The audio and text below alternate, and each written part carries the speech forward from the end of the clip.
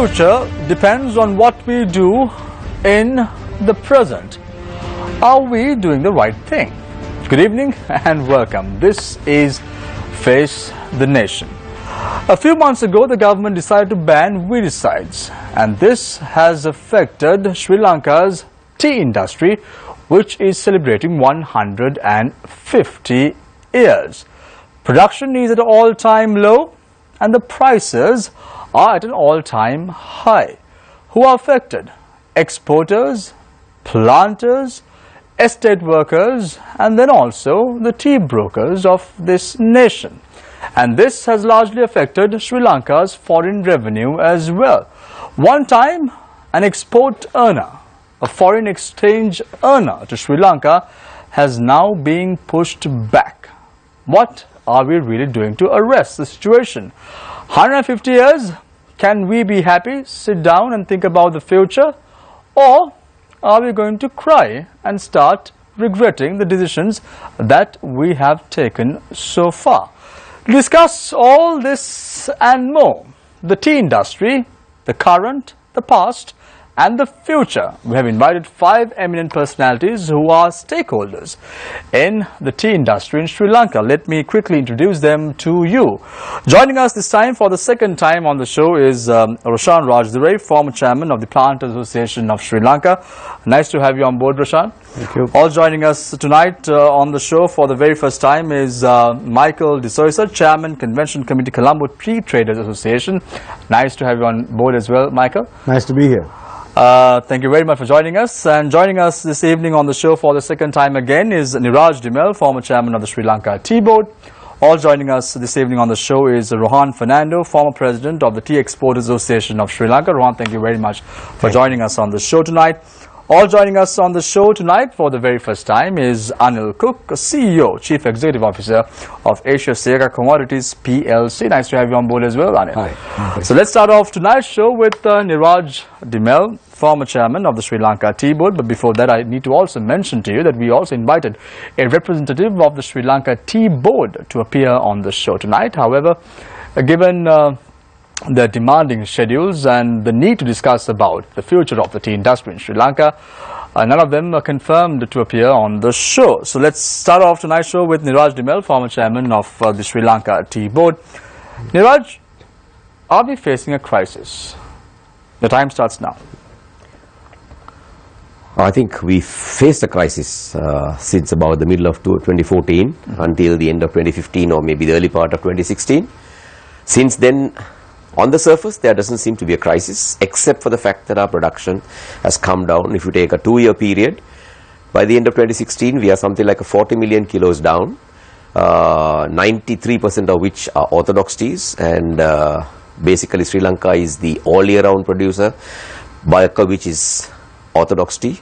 So that actually conveys kind of a unreliable situation in terms of supplies to the rest of the world, particularly because there is a lot of Middle Easterners and Russians who are prominent importers of tea and who loves the orthodox teas. So becoming a sort of an unreliable supplier of orthodox tea is a point of concern. Now the problem right now is, Niraj, the fact is that the Sri Lanka Tea Board, the government, changing their stand every single time something drastic happens. When there was a drought, they said, okay, let's now lift the ban on weedicides. But nothing practical has really taken place in the surface.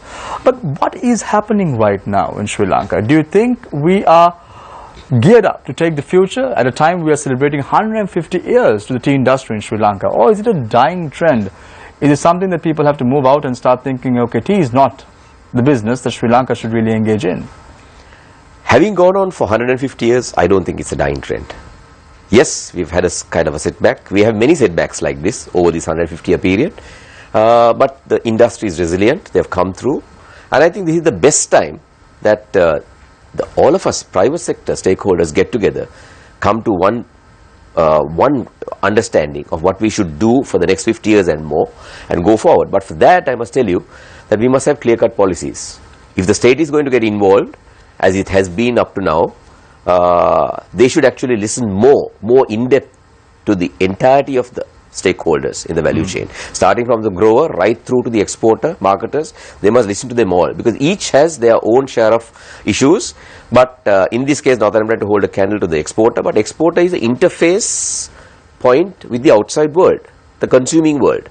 And according to the figures that we have, 90% of our production is exported, in which case exporters play a prominent role in conveying the right message down the line, which message should be taken on board seriously.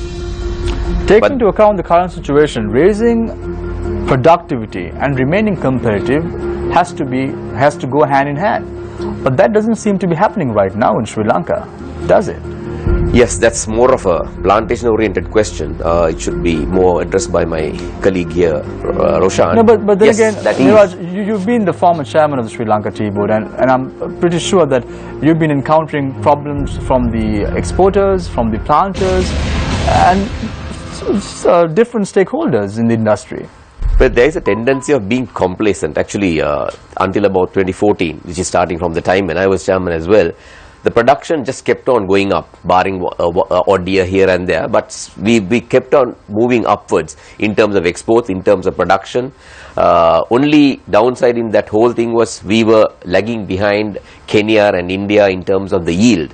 But having said that, we were still going okay, and we were the number 2 contributor to the supplies in the world, number 1 being Kenya at that time, but today fallen behind even China, and it's a matter of time before even India and Turkey catch up with us. Thank you very much. We need to look in that area as to how best we can put things right in. Thank you very much, Niraj Dimel, former chairman of the Sri Lanka Tea Board. I now move my attention to Rohan Fernando, former president of the Tea Exporters Association of Sri Lanka. 2014 was a good year for Sri Lanka, with 1.63 billion US dollars in terms of revenue from tea exports. 2015 onwards, there has been a drop. Why? That's a good question. The reason being, our industry, the Sri Lanka tea industry, though we are focused on the global market, we think locally. So everything is done to appease the local grower without realizing the potential out there in the global market. Now, we saw in the last few years, especially in the around the 2015-16 period, the crash of the ruble and the oil crisis in Russia. Russia, being one of our biggest buyers, had cash flow problems, paying our exporters, and the prices came down. But they didn't stop drinking tea. They continue to drink tea. Similarly, other countries also had the same issues. What happened? Sri Lanka suddenly became overpriced in the global market. And unless people were going after looking for Ceylon tea packed in Sri Lanka, we were not getting our the due recognition and place in the global shelf. So this is one reason why our share is dropping. And also, if you look at the crop situation, it's coming down, but the prices are going up.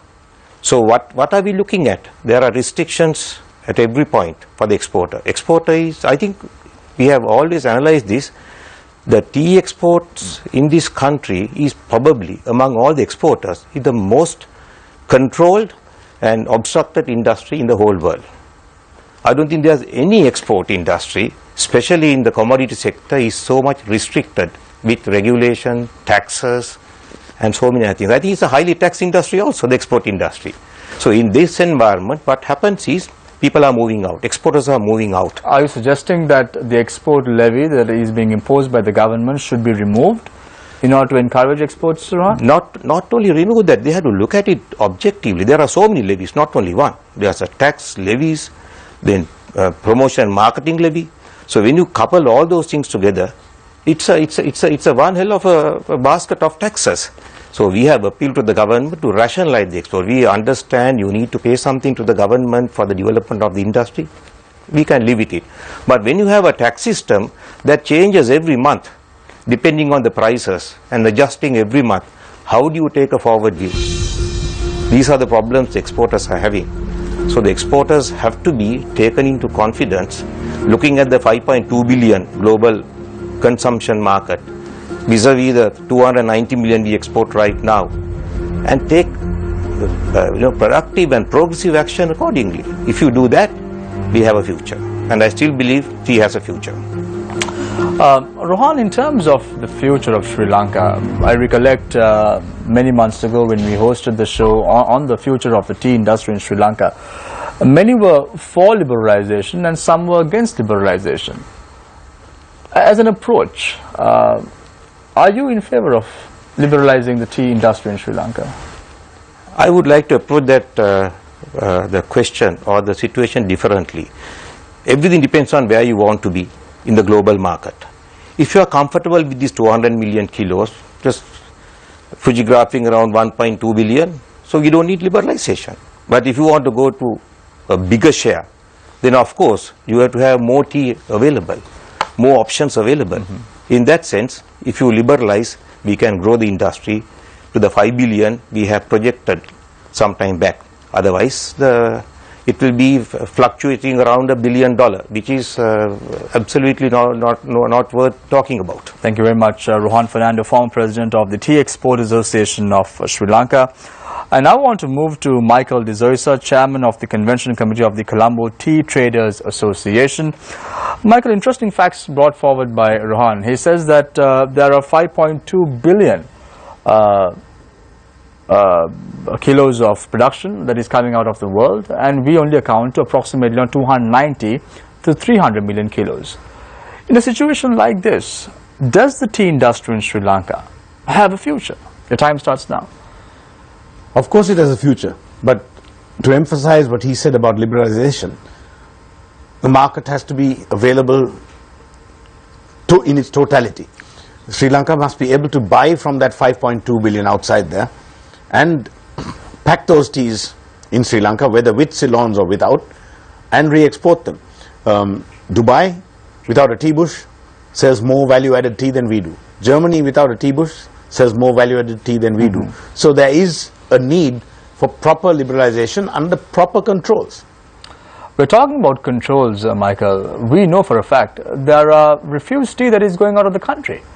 In a situation where when we open the market completely for tea to be imported to the country, won't that tarnish the image of the Sri Lankan name, the Ceylon tea brand name? Well, if refuse tea is going out of the country now, that's pure Ceylon tea, that's refuse going out. So the name is already tarnished from wherever that's going. But the people who are buying that are willing to buy that, pack that and sell it in whatever form in the markets it goes into. The point but it's very clear that there is no control system in Sri Lanka if that's the case. If you all saying, endorsing the fact that refuse tea is being exported from the country, well, that means there is no proper controlling system in the country. Well, obviously there are loopholes that people can get through, and there are people who get through those doorways or loopholes as I call them. So the renowned exporters, the big exporters, the well-known traders with centuries of experience behind them don't get involved in that kind of trade. But there is a trade of that sort, unfortunately. But it happens. Bringing in teas from other markets to blend with ours or even to pack without blending with ours will only enhance the potential for this country. We earn $1.5 billion from tea. Garments 5.8. We've been around 150 years. Garments 35. So something's wrong. Something's preventing us from growing. Michael, some interesting facts were brought out by you, but I want to drag your attention to the recent statement made by the chairman of the tea board, who was very critical about the activities of the tea board itself. He said it's very bureaucratic. Do you think so? Definitely. I think anybody who goes into deal with government servants finds it very difficult to get anything done quickly. And here's a man, Dr. Rohan Fernando, absolutely brilliant gentleman, scholar, running the tea board, very open-minded, very forthright, and he shows how difficult it is for him to run the tea board. Just to employ a clerk can take him up to 6 months. To employ an accountant, he's been waiting 8 months because of the process of paperwork that goes on and on, the formalities of interviewing that goes on and on. So within the tea board itself, there are huge stumbling blocks. Michael, before I move on to Anil, the tea board right now only works 5 days some days 5.5 days, some weeks 5.5 days. In a situation where exports happens around the clock, 365 days of the year, is that sufficient? Well, that again is the problem with public service, and there are rules of working hours, and therefore Monday to Friday they work, Saturday, Sunday they don't work, or if they do, it's a skeletal staff, and it obviously will be a stumbling block for exporters. Thank you very much, Michael De Zoysa, Chairman of the Convention Committee of the Colombo Tea Traders Association. I now move my attention to Anil Cook, Chief Executive Officer of the Asia Seca Commodities PLC. Anil, right now, there is CTC as well as orthodox tea that is being discussed about when it comes to tea. Right now, you can import CTC, whether it's from Kenya, whether it's from India, you can import. However, orthodox tea, there is a problem. Let's take a look at markets across the world, like Vietnam, for example, becoming very stronger players in the tea industry in the world. Sri Lanka, what is your opinion? 150 years, are we a formidable force to take on the future? The time starts now. Well, we'll have to do some rapid thinking. I've been tracking the growth of orthodox tea manufacture internationally. For example, Kenya and India are offering assistance to factories to convert to orthodox manufacture, particularly the type of long leaf teas that Sri Lanka thrives in and dominates the world as far as the Middle East and North Africa, Russia, CIS. And whether we like it or not, we are in a global environment that is dynamic and it is moving on. Vietnam is one such example. And as a leader, we will have to keep reinventing the game if we want to stay in that niche that we have carved out for ourselves. I must say a lot has been done by the producers. They're very responsive to global trends in terms of conforming with the new definitions of quality excellence. I think my colleague on the panel will give you more details there, but Sri Lanka is, after all, the world's first and only how do you say ozone friendly tea. And it's not a catchphrase or whatever, it's something that really concerns the next generation of tea consumers. We took a lead in that. So we are looking at socially responsible conduct, pesticide use and other elements of it. But there comes a question where, and a time when we will have to ask ourselves whether the market niche that we have created, it's becoming a niche now, even though we are significant suppliers at the moment, is big enough to meet the requirement, or are we creating space and awareness for others to come and take share from us? Anil, you said that we have to accept the fact that we are living in a globalized environment, and henceforth we have to start looking at it very competitively. You just said that in your opening statement. Are you trying to say that we are in a dilemma right now? On the one hand, the point I made was that we in fact are taking some positive steps. We have been proactive and a thought leader in certain dimensions of the total value of a product, of Ceylon tea. Everybody says their tea is the greatest. We've made Ceylon tea value proposition wider, and we've done that. And you say positive steps have been taken, and we have started looking at it afresh. Proactive approach has been adopted by the Plant Association of Sri Lanka. And all producers and leaders, yeah. Absolutely. Is it really reflecting our exports at the end of the day? Is that a catchphrase, as you said before? Is that a catchphrase?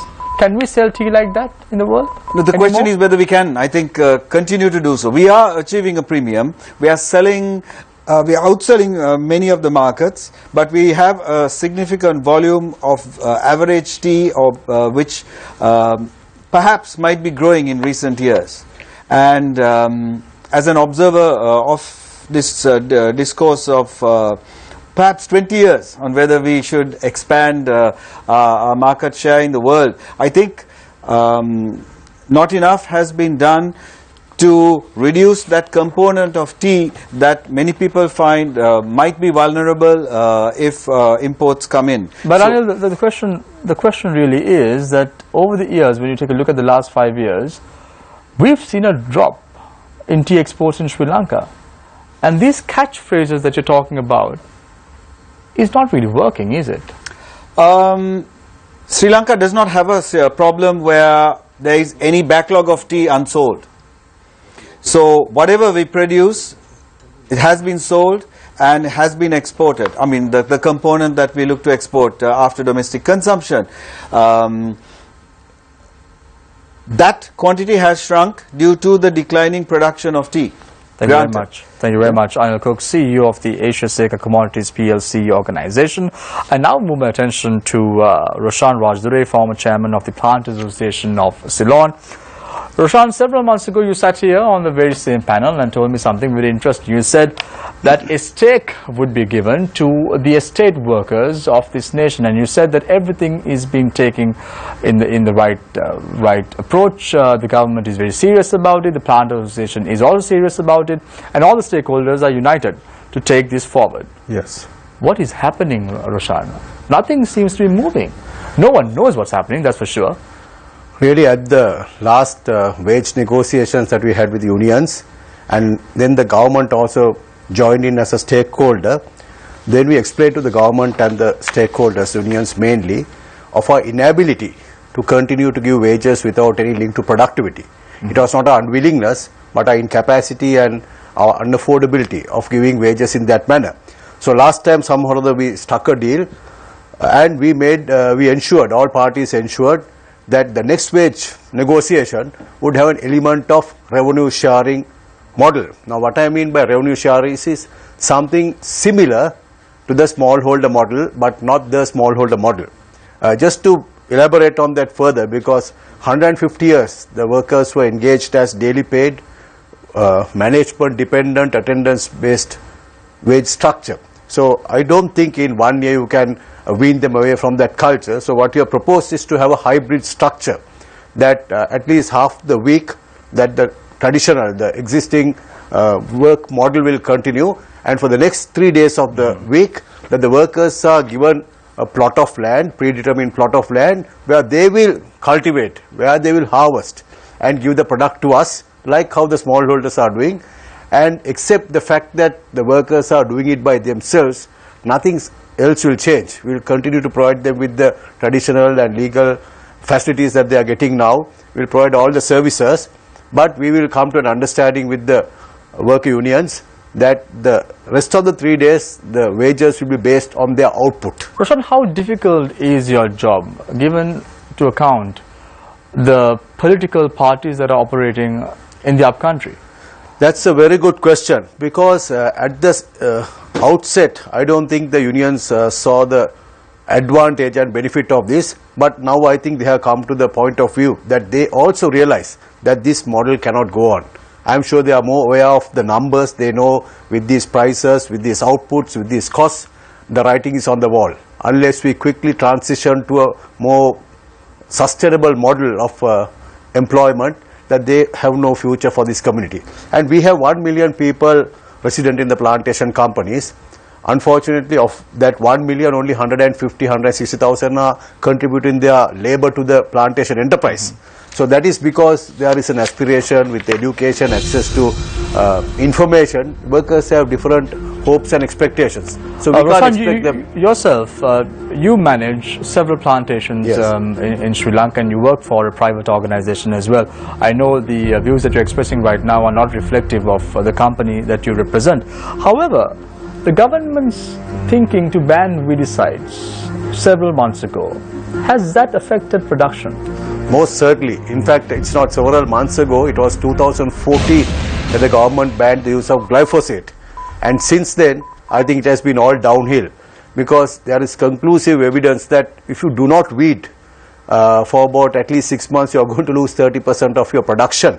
And there's a perception out there that we are solely dependent on weedicides for control of weeds. No, weedicides is just a part of the program. We have an integrated weed management system where we have cultural methods, biological methods, manual methods, and there are some weeds, I mean any agriculturalist would know, there are underground rhizomes. So that has to be treated differently. If you there was talk, Roshan, that the weedicide ban that was imposed on the tea industry in Sri Lanka has been lifted. This was on several newspapers as well. Is that so? Actually, people connected to the industry are making a valiant effort to show reason and show scientific evidence that glyphosate has no inimical effect to the agriculture or to the human beings. But still we haven't got a conclusive verdict. There is no green light from the government. No green light from the government. Thank you very much, gentlemen, for your thoughts on the opening round. I open the floor for questions from our journalists. On to my immediate left is senior journalist and host of Newsline, Farah Shaukat Ali, and on to my far left is Rohan Fernando. Let me open the floor for questions. So let's start off with Faraz. Thank you, Shamir. Let's ask this question from Mr. De Souza, please. What's your stand on what real difference will it make if Sri Lanka has a liberalized tea industry, if we are allowed to import as much as we want and so on? Well, you see, the first thing is to overcome the fears that people have that the current market will be affected and prices will come down if teas from outside are brought in. But as I said, the size of the cake is such and our share of it is so small, and if we want to grow our total turnover, we have to take that step. And I am confident that whilst there could be some who will fall by the wayside because of the quality of tea they produce is really poor, even right now, the majority will benefit. Prices will stay firm to dearer, and the country as a whole will earn so much more money. There will be more job opportunities, not just in the port, but in packaging, in warehousing, in blending, in banking, in insurance. I mean, the whole spectrum of business will benefit from a liberalized import Excepting it won't do much for our output, will it? Or output won't change, but if you bring in more tea, you will export more. Because you've got a base of 290 to 300 million, you bring in 10%, 30 million, you're exporting 330 million. And there isn't a pound of tea in the world that's unsold, anywhere. World consumption has never gone up by more than 2 to 3% per annum over the last 30 or 40 years, if you take the FAO figures. So, consumption is pretty static. So, you've got to get a part of that cake if you want to grow your turnover. And what will it do to, how will it help our estate workers? The estate workers themselves, now Roshan said there's 1 million of them, right? There's plenty of work for them. In fact, Roshan may not have said it, but I think a lot of us know it. They are not just difficult in wage negotiations, some of them won't move from one division in an estate to another, which is a problem he has also, which affects the yields. So the estate worker really has to make lots of changes to meet the needs of the RPCs. And if you look at it per worker, and you look at all the other countries, where do we stand? Where's our output? Our output is at the moment in terms of yield, because of soil conditions, lower, and in terms of plucking standards, less than say in Kenya and in India. I mean, we bring in 18 kilos on average, whereas they probably bring in double or more. 3 times so there is a So a per huge kilo, issue. our costs are much higher. Absolutely. Cost of production is a major factor in the whole exercise. Thank you. My question is for Mr. Dimel. Now, we spoke of all the challenges that the industry is facing right now. Low, yields, higher cost of production, then shortage of labor, all that. So, if you look at the industry right now, what is the impact of all this on the competitiveness of Ceylon tea in the global market?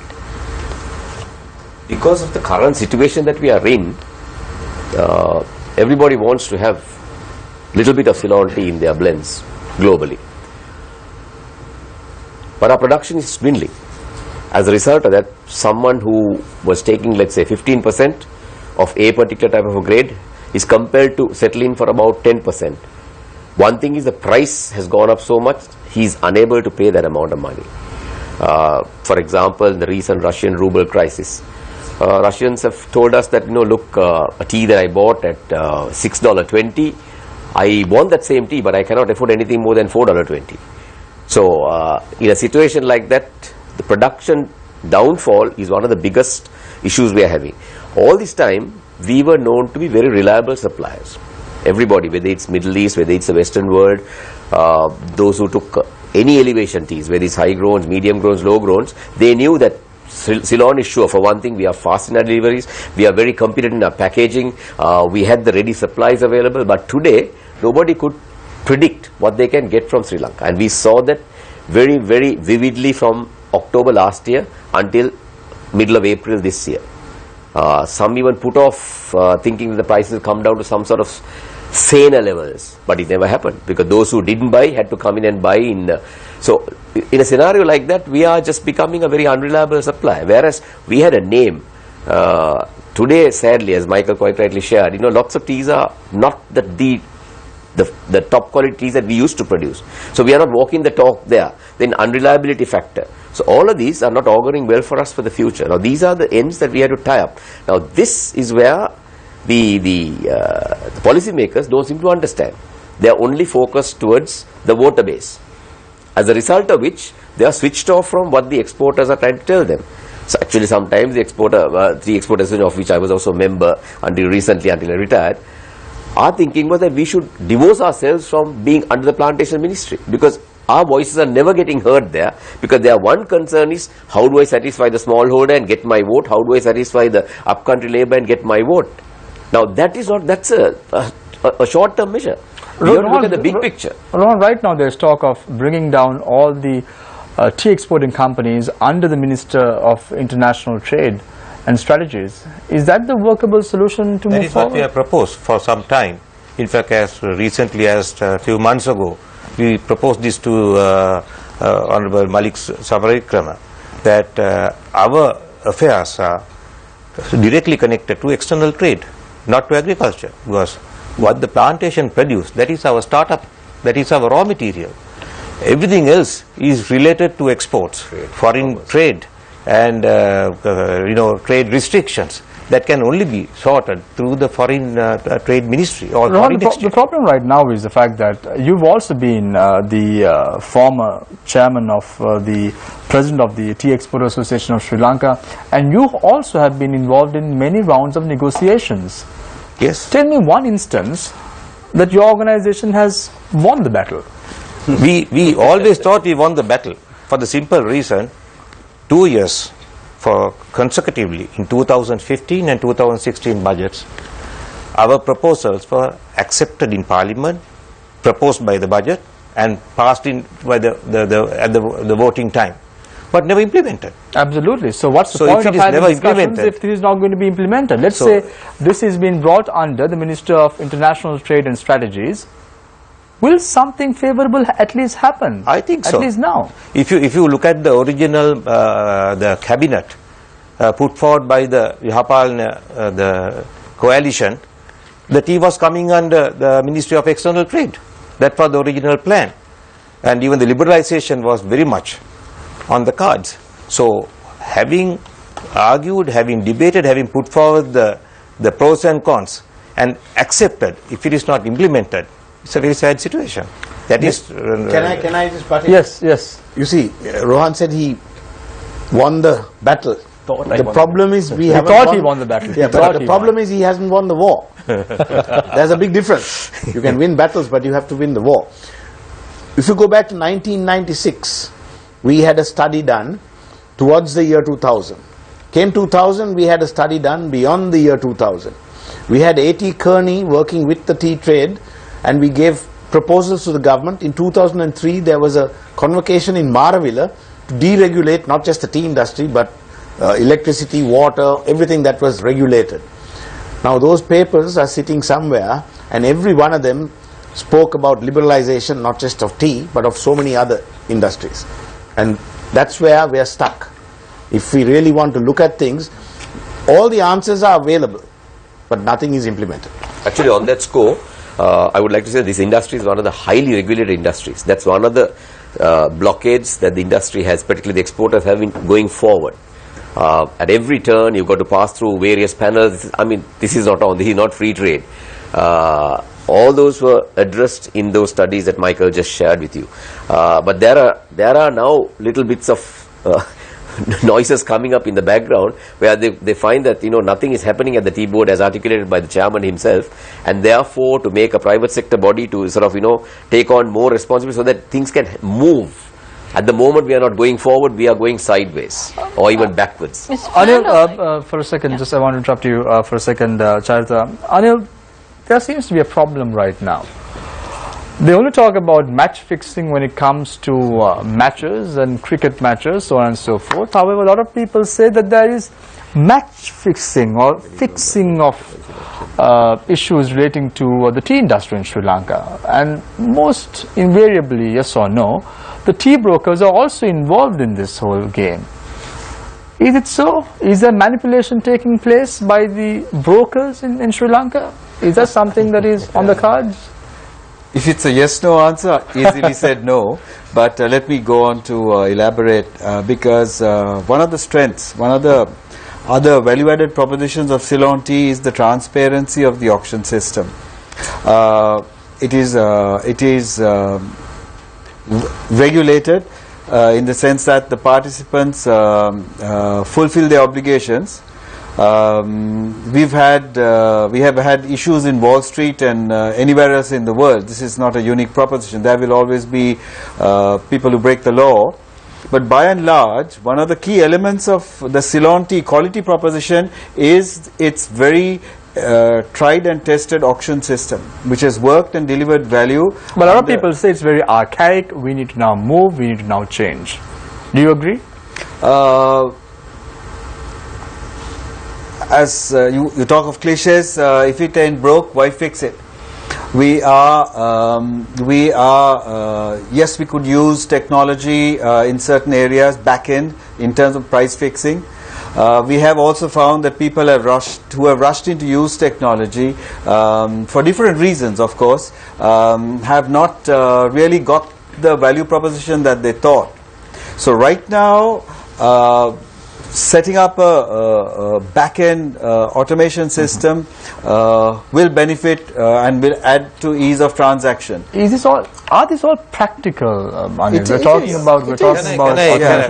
We are tea exporters have proposed that we should go into a digital platform. So I think we are living in a world that has changed so much. The global commerce is changing. People are doing business on the mobile phone.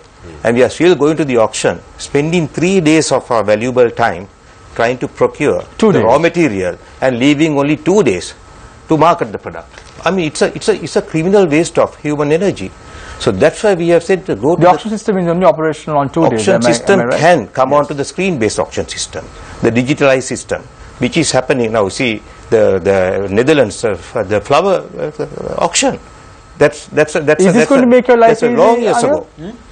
Now even in India they have started the auction system where you can buy your produce from your office. I want to hear what Anil has to say. Is this going to make your life easy? For some buyers, they may consider it ease of activity and perhaps reduce, as he says, the time involved. But what they take for granted is the price fixing mechanism is delivering transparent, accurate information for them to make their informed trading decisions.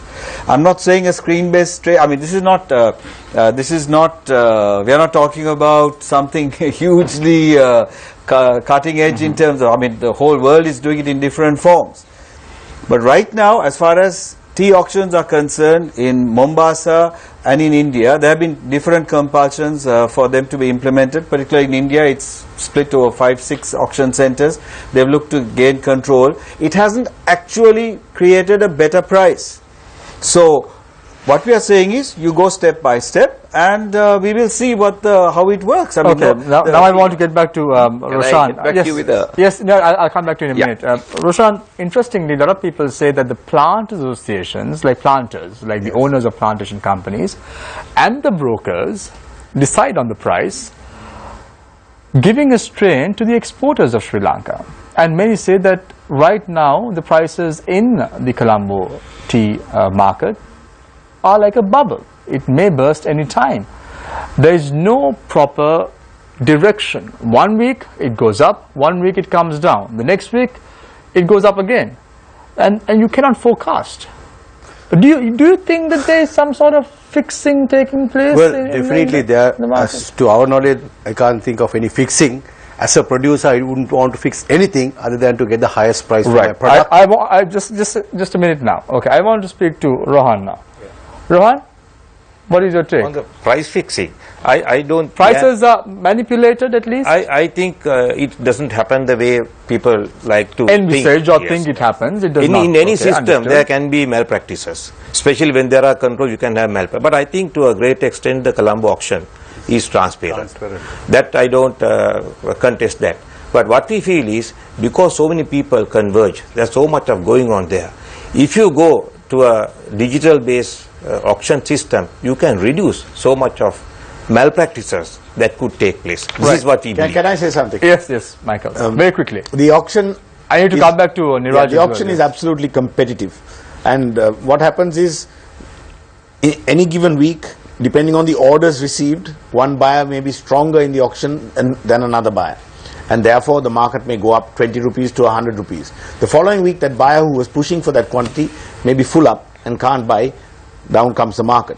The other reason is, countries that we sell to are all with weak currencies, asking for credit of up to 180 days. So, whilst we have to pay for tea here within 7 days, we don't get our money sometimes for 180 days. Hence, there's a huge problem to raise the funds to keep operating in the auction weekly at the same level. Although you may have business and orders to cover, you don't have the money to pay and hold the stock. So that is what causes this bubble that you talk about more than anything else. Niraj, you've been working for private companies as well as the former chairman of the Sri Lanka Tea Board.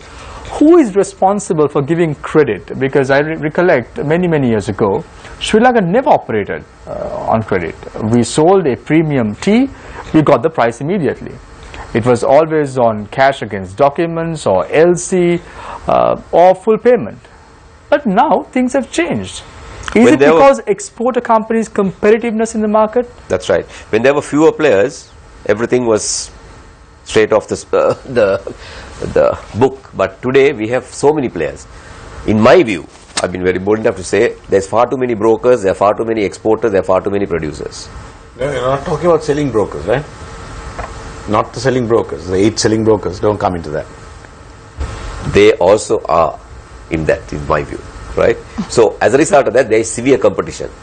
So, even getting the better on somebody else or in terms of payment terms has also become a competitive tool today. So, you mean to say that exporters if I offer you LC, somebody else will come and say, don't worry about all that, I'll give you 60 days credit. And now it's gone to the extent of, saying open delivery terms where I don't even involve a bank. So exporters are responsible for the current state of affairs of the tea industry in Sri Lanka? There is no body responsible. In fact, when the Iranian crisis took place 2011 or 12, the minister back then invited the governor, central bank, the previous governor, and we had lots of discussions on that. And I happened to tell them, I said, we are sitting on a bubble, huge amount of credit has been given by Sri Lankan exporters, why don't you bring a capping on this? Oh, no, this is a liberalized economy, we can't do that.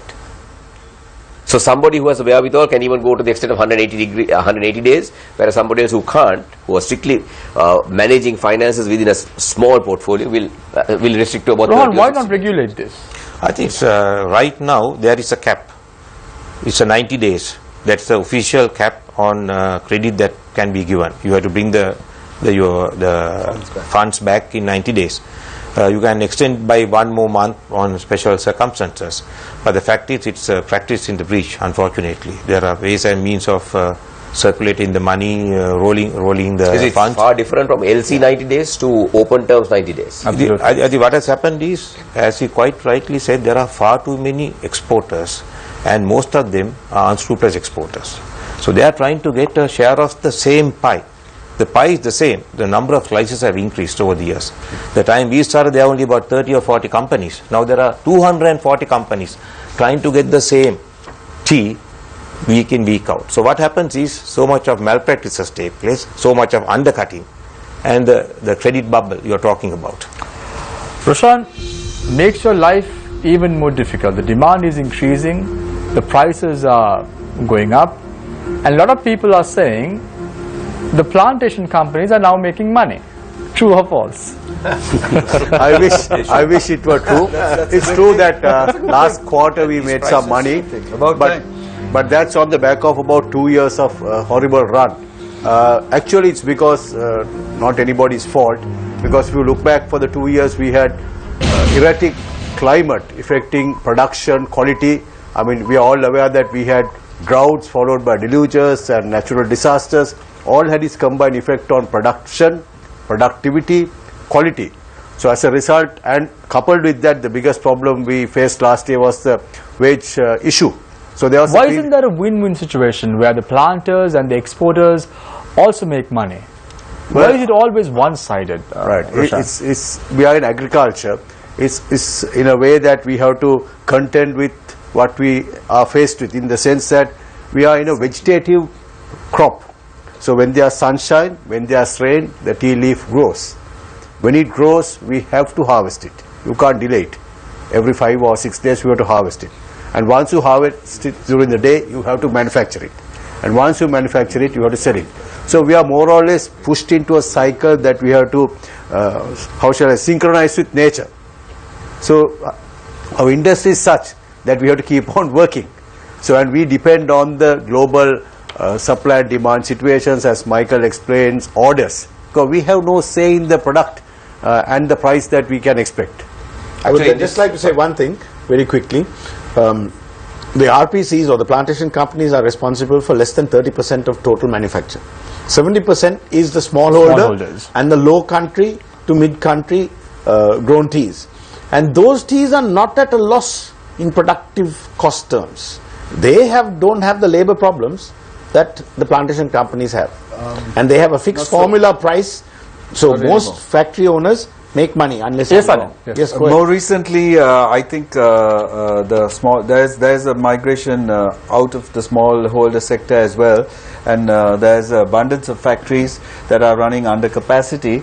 And there again, I think one of the strengths is the freedom of choice that is available to the farmers, and the geographic freedom that even the estate workers enjoy, unlike in, say, in the far corner of some part in India or in Africa.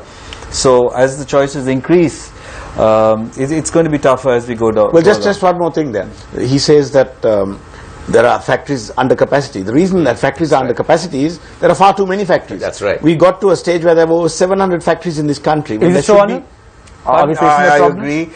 So it looks like in some cases we do need some form of regulation, like in money and capacity management. Far too many factories. It was allowed to grow disproportionately in certain areas, and what happens was you have this new factory that comes in, doesn't it's like what goes on in the external market environment, where they pay a disproportionately high price for the green leaf and causes trouble for all the other factories that are working in the area, and it's a race to the bottom. Even today, the tea board regulation, anyone who wants to set up a tea factory in the smallhold areas, they have to submit an application to the tea board and justify why they want to set up a factory. And it's the duty of the tea board to go and inspect and see whether there's sufficient or excess leaf going where there's a need for another factory. But that does not happen. How many factories have come up over the last few years? Well, the 700 odd has been the number. 760. It's about 760 in the last 3 to 4 years. That's because we went through bad patches in terms of prices. So when the prices come down, lots of people offer the factories put the factories up on sale. But so actually, if you take the equations, in Kenya, they produce much more tea than Sri Lanka has only below 300 factories. little over 100. Yeah, that's why I say it's 150 or close to about 200 factories. And of course, one can argue they are making majority of it CTC. But Sri Lanka has 760 factories producing much less tea. So there's a competition already created to supply the leaf. Mr. Fernando, now we hear of Sri Lanka trying to become a hub. Hear that there's an ambition to become a maritime hub, a financial hub, an education hub, and sometime back Aviation hub. aviation hub, and sometime back we had discussions of a tea hub Yes. for processing. Is it still in discussion, or? Yes, it's still very much in discussion, but only thing, nobody has the guts to take the right decision. That's the problem. So because why cabinet- can't we be a hub? Because we are into the global market. So if we are in the global market, we can easily be the hub, because we have all the expertise to put out finished products onto the most sophisticated shelf in the global market. So we have the machinery, we have the technology, and we have the capacity to do that. So we are the best nation, tea growing nation, to become the global tea hub. But do you have enough tea to? That's why we need to have a liberalized policy. You see, today we are talking about FTAs with so many countries, but we close the doors to these countries and say, okay, we open the doors for us to export, but don't export anything, the tea, to us. So in a global economy where liberalization is the key buzzword, and I can't see the tea industry going forward. On one side we are saying no liberalized policy, but we go and preach liberalized policy to the other countries, and these where some of the FTAs have got stuck. Now, a recent cabinet decision to abolish the 1% tax on imported teas for re-export. Yes, that is after much is canvassing. it being implemented? It has still not been implemented, but it has been gazetted. They have agreed in cabinet level, but so many things are agreed. But the licensing mechanism is still. Beg your pardon? The license mechanism yes, is still it's still there. All these things we have taken up. Do you see this as a first step in realizing or marching towards this ambition of becoming a tea processing hub? You see, every person we have spoken to in the government, the ministers, they are not averse to creating this hub. If you look at the Mahinda Chintana, the original booklet they put out, it's very clearly mentioned about the tea hub. Then what happens subsequently? Few people go and give a completely wrong picture and try to instigate the farmer, the smallholders, to create a fear psychosis that if you allow the teas to come in, the market will crash and we will have problem, we will get on the streets. So the government takes a step back. No, but Rohan, it's a very complex situation. Michael, let me pose this question to you. Sri Lankan tea, at least now, garners a very premium price in the international market. As Niraj correctly pointed out, at least 5-10% of Sri Lankan tea is used to blend and then offer it to their clientele. Example, this happens very much in Russia and even Iran and so on and so forth. Many countries who are predominantly Sri Lankan tea drinking nations, Ceylon tea drinking nations. If you open the doors, will we get the $4.31 for our tea, or will we also be like Vietnam, which offers prices at $1.90, $1.75 for the orthodox tea? Would that happen? No, because we are bringing tea in to enhance our marketability. We are not bringing tea in to reduce our prices. We are bringing tea in to be at a competitive level in the marketplace. Now, we know we have the limitation of only 290 to 300 million kilos. So, prices are at a very high level because of that demand. But if we had more tea available, we'll have more tea to sell. What's happening? That tea is anyway finding its way into the market via Dubai, or via Germany, or via France, or via the UK, and even via the United States of America. Certainly now even from China and Hong Kong, it's finding its way into the world markets. Anil, your company has worked very closely with tea brokering companies in countries like Vietnam and even India for that matter. Do you think the Sri Lankan tea market, the Sri Lankan tea prices would get a good catch in the international forte if we really open the market for orthodox as well as CTC? Well, the producers have consistently focused on the weaker segment of Ceylon tea, saying, look, that is the least competitive in terms of its value proposition.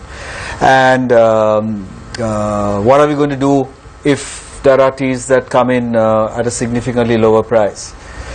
And in these 20 years that we have been debating this issue, what I have watched with dismay is that there's nothing being done to reduce that percentage. Our bushes are getting older. Our productivity is declining. The resources available for factory development and other aspects are not as high as they should be.